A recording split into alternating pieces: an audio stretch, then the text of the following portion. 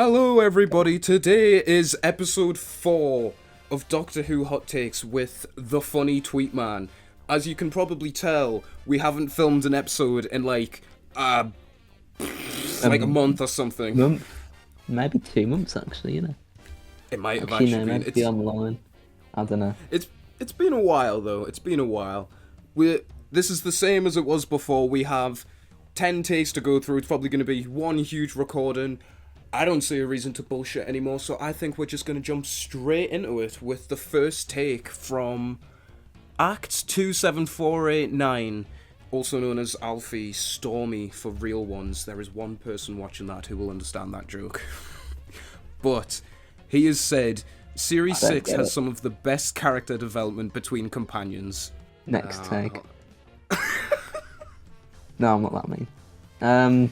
Damn, I think we're both having brain farts here already. I'll let you take centre stage on this one because I've got Oh god, an answer. I don't know if I have an answer. I don't really know if anyone actually has any development other than they just realising that they're all related. Isn't that like kind of the only thing that happens? I can't remember. I don't know. I can't remember them having any sort of development from the start of Series 6 to the end of Series 6. I don't know if that's just me being stupid. As someone who has just recently finished watching Series 6, I can vouch that you are not wrong. You are not wrong. There is... I'm sorry, Alfie, but there is no character development in Series 6 for anyone. Like, let alone between companions. It's literally, like, by Series 6, not that they were great anyway, Amy and Rory are so weak as characters. They have so few, like, defining character moments outside of a few episodes. Any sort of character development between companions comes in 2 episodes. Just putting a note out there that neither of them are written by Moffat because that's quite funny. And is that the girl who waited? Yeah, Girl Who Waited and God Complex, Yeah. That's it. Yeah. That's literally it. And it is really good in both of those episodes, but because there's no carry through, there's no overarching story, it's also just not built up too well. It sort of comes out of nowhere. It ain't good. It kind of fucking sucks. Especially since they both come back in Series 6, get character assassinated, and then die. Yeah, I can't. The thing is, I only rewatched the whole of New Who last year. I don't know why, I just can't remember most of it, but I remember Series 6, all I remember is Series 6 is a mess, but you can argue it's supposed to be in a way that that's how the story's supposed to unveil itself with River and stuff, but I think with the whole Doctor being, what were they called, the thing from Let's Kill Hitler? The Tesselector. That's it, like all of that stuff, so technically the Doctor wasn't the Doctor at the time. I don't know. It's fucking awful, and having rewatched it for the first time in God knows how long, just made us more so realise, even, like, if you super pay attention to it, it's not really complicated, it just doesn't make sense. Like, all of River's story does not make sense. It's just fucking nonsense, and the reveal of her being Amy and Rory's daughter also just doesn't change anything. Like, the build it up is this huge mid-series, like, fucking reveal, like, whoa, she's Amy and Rory's daughter. What does that change? Do the characters act any different? No one know. Like, no, that's what I mean. Anywhere. Like there's change in like the way we can view them in a sense of literally like family wise and relationships between each other, but there's nothing individually. Like Amy realises that essentially her best friend as a kid is her daughter. Am I right in that? Yeah, which is also and really stupid and doesn't make any sense. Yeah, and then nothing really, like she doesn't change anything. She's the exact same when she finds out, and she acts the exact same towards you. It's really weird. I don't know. That's why I think I was so like poofed by that question, by this hot take, sorry, because I don't think there is any development at all. If anything, Absolutely it feels not. like there should be, and There should there's be, but literally there moments isn't. to exactly, yeah. I mean, So- even with River, the whole series revolves around her story, and then she appears twice in Series 7, and I've rewatched Angels Take Manhattan. She acts exactly the same in that. I don't really remember what she's like in Name of the Doctor, but I don't doubt that she's any different in that either, so it's like, all of this shit happens that should lead to character development, but it doesn't. I was gonna say I don't even know where I'd put this in the tier list.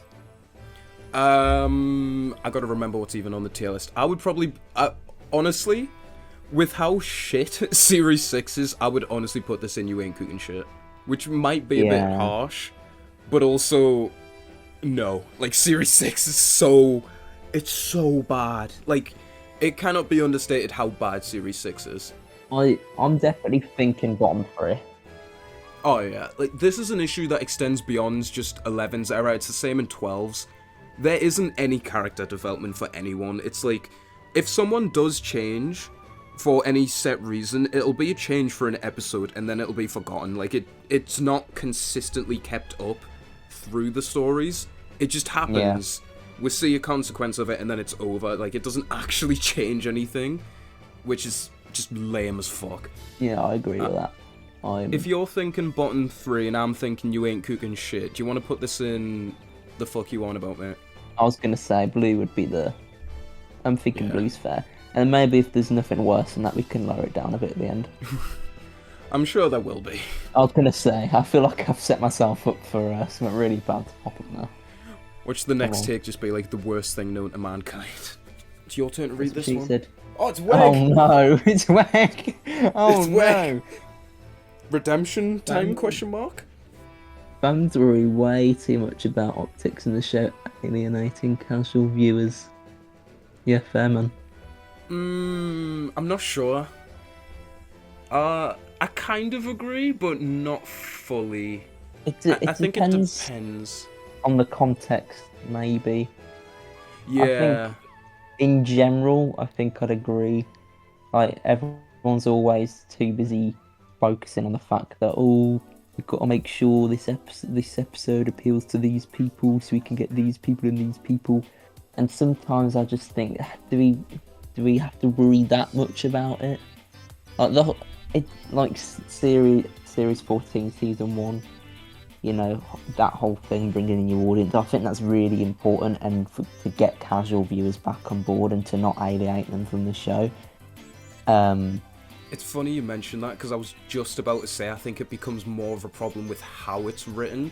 Yeah, Because the point of Series 14 is very much so to be a soft reboot and Yeah, to bring in exactly. casual audiences, which is something But that it completely fails at. yeah, I was gonna because say, it's so instead it shit. instead it does kind of alienate people. Like, Even if the rest of the series was good, the finale alone is gonna scare off casuals, because it would even scare off people who are like long-term fans, because it's trying to like be a sequel to a story from 50 fucking years ago. Yeah, oh yeah, exactly. And it also just creates such a like ridiculously huge plot hole for like, oh, I forget how many it is, but I wrote in the video, I think it's something like I think it's something ridiculous, like 228 stories Sutek is now just in. Yeah, It's so it's weird. dumb. It's a very strange choice. It's a very, It very was- strange choice. I can't believe how like actually washed he is. I never thought I'd see the day that he would write something that bad. Yeah, and Wild Blue Weng, you like to throw out some difficult opinions, don't you? Where it all depends on context, you cheeky. Yeah, cheeky bugger. Oh, the thing is, with him putting the little asterisks on the take as well, I fucking bet my life Yeah. there's way more. I bet my life there'll be a citation that I've just not Yeah, included in this. 100%. Yeah, I was also looking at those asterisks. He's a really clever guy. He's probably gonna be like, well, actually, I put the asterisks there because of this, and this. Yeah, the thing is, he probably put the citation on, and I just haven't picked it, because for those who don't know, we pick these at random. Like, we got these a couple months ago.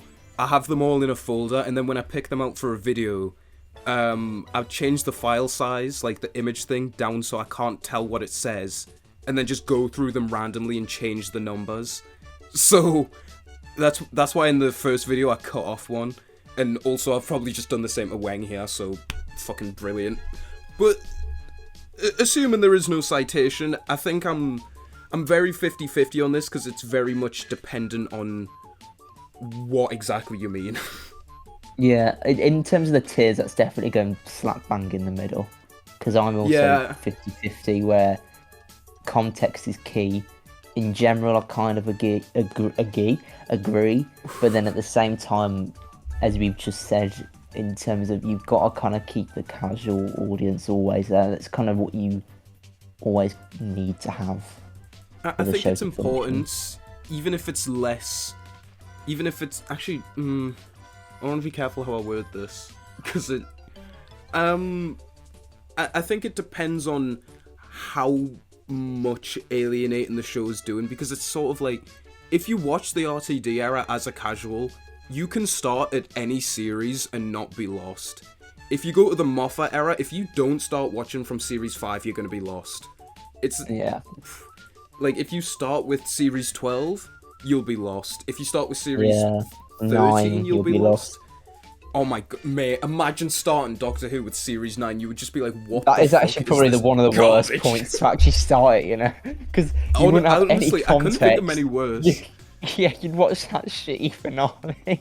You'd be like... starter, the opener. And then, oh god, there'd actually be no point now. That's a horrible thought you've just put in my mind. Imagine starting Doctor Who with series 7. Oh, the first thing you see of Doctor Who is Asylum of the Daleks. Jesus Christ, I would never watch the show again. Right, Weng's opinions drop to the bottom now because he's made us have this discussion. This is very much like a sort of... Because the way I was trying to explain before as well, it's like, as much as you can start from any RTD series and it'll still be a good series of the show, it also works doubly, because if you watch them all, it's better. But even if you watch one in isolation, it's good, which does not apply for any other era of New Who as of yet. So with I think, honestly, I think fair. I was gonna say fair as well. I think this is fair. In the middle. We're on the Weng redemption arc. He'll be happy with that. I don't remember where we put him last time, but I remember we were sort of rinsing it for a bit. I've got to be nice to him because I don't want him to go and blow up my my house in Minecraft. So I couldn't really put him any lower. A fate worse than death. Of course. It's Connor. I don't even think I need to read this to put it here, but the Battle of Ranskoor. The Ranskoor is one of the worst episodes of the entire show. 100% agreed. That is not. I genuinely think I watched that. You know what? I think I've only ever watched that twice. Once when it first aired, and then a few years back when I rewatched it. And that's saying a lot because I think since it came out. I think most episodes I've watched at least 3 times, and I mean at least probably on average like 5. Not yet. I don't know. We all watch Doctor Who 24/7. That is one of the ones, even with Series 11, how bad it is, that is one of the ones where I can just never touch, ever. It's just so unbelievably shit. It's in the tier of, like, this is genuinely, like, irredeemable. Like, there is nothing good in this. And this is based off my memory from 6 years ago. 6 years ago, fucking hell. But I remember, like, watching this with all of my family, and we literally were all just sat there at the end, like, what the fuck was that shit? I remember doing what did we just waste our time watching? Yeah, all I remember is that it wasn't finale because technically none of it was set up at all. No. Apart from Graham's character arc, which, to be fair, we're talking Series 11 as a whole. Thing. Yeah, I think Graham's arc was good up until that point where he kind of had this revenge thing where I got it and then I didn't get it, but it was the whole focus of the episode, him wanting to get down Tim Shaw, whatever his name is, and I was like, this is a bit weird. Graham seemed so sweet and so chill, and all of a sudden I get it, it's the thing that should killed his partner, but Graham is just not a killer. You could never buy that for a second. Yeah, exactly. I couldn't buy the. I think maybe the script was to blame with it. Maybe the idea itself isn't awful. You know, but- it was a first draft. Yeah, I heard that. It was the first draft. So maybe if it was written a bit better, that whole Graham revenge thing, it could have worked. But I remember the Doctor was convincing him to not, and there was all this other stuff going on with these people that had powers, and then there was something about planets being stolen, and everyone was like, "This is stolen Earth Yeah. ripoff." Yeah, Sucked. I remember. it's- I think one thing I remember from it that sticks out to us is it's such a key example of how the morals in this era, excuse me, in this era are so fucked. yeah, Like the way that the Doctor is very adamant against Graham killing the Teeth Man.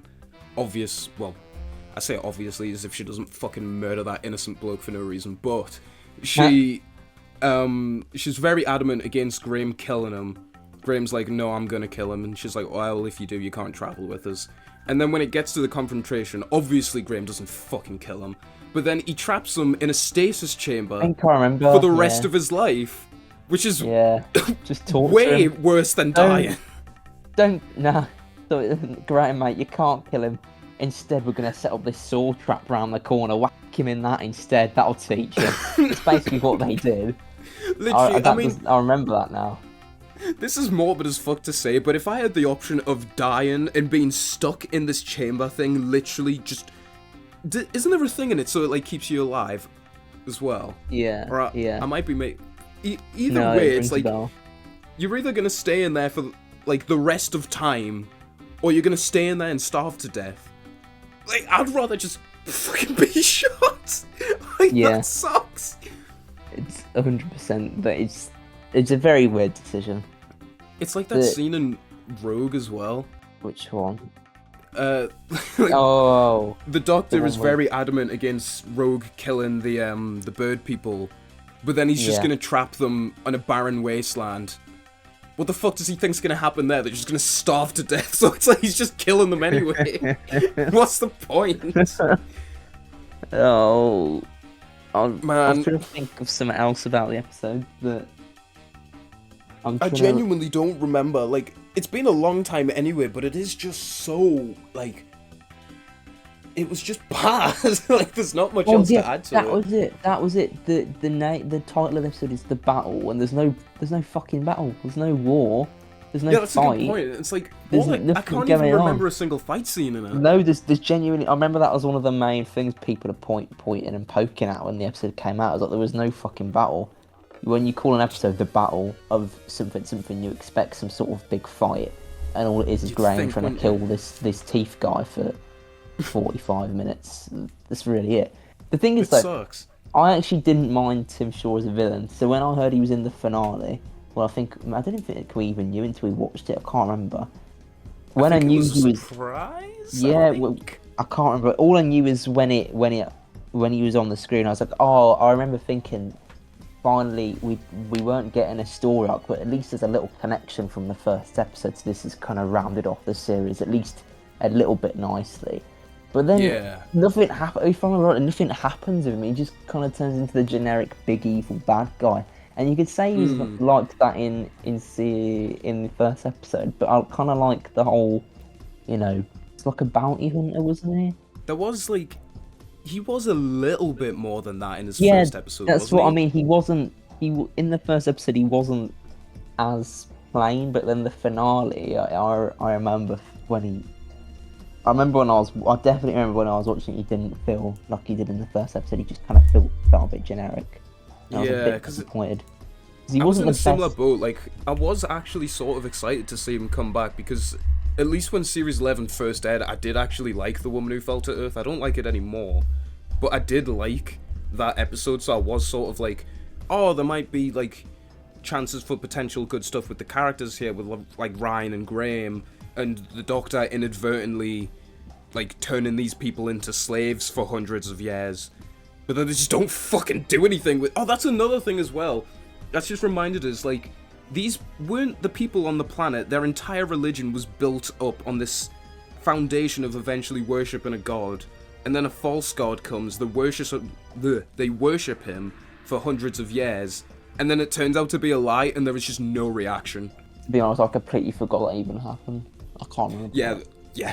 I That don't. sums up the I episode. barely remember that either. I think I do just remember distinctly thinking like, this is a huge thing. Why is like this not being made a big deal out of?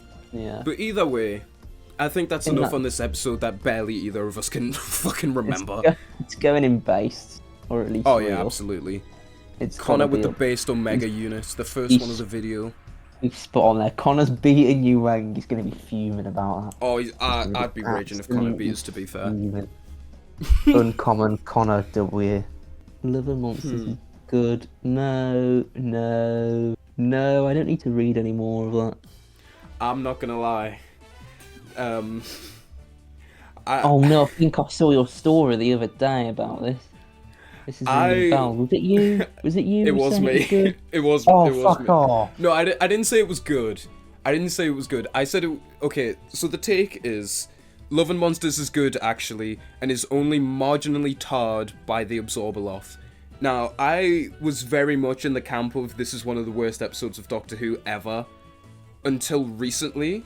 I watched it for the first time after, I believe, 4 years, and genuinely, up until the Absorbaloth appears, it's actually not that bad.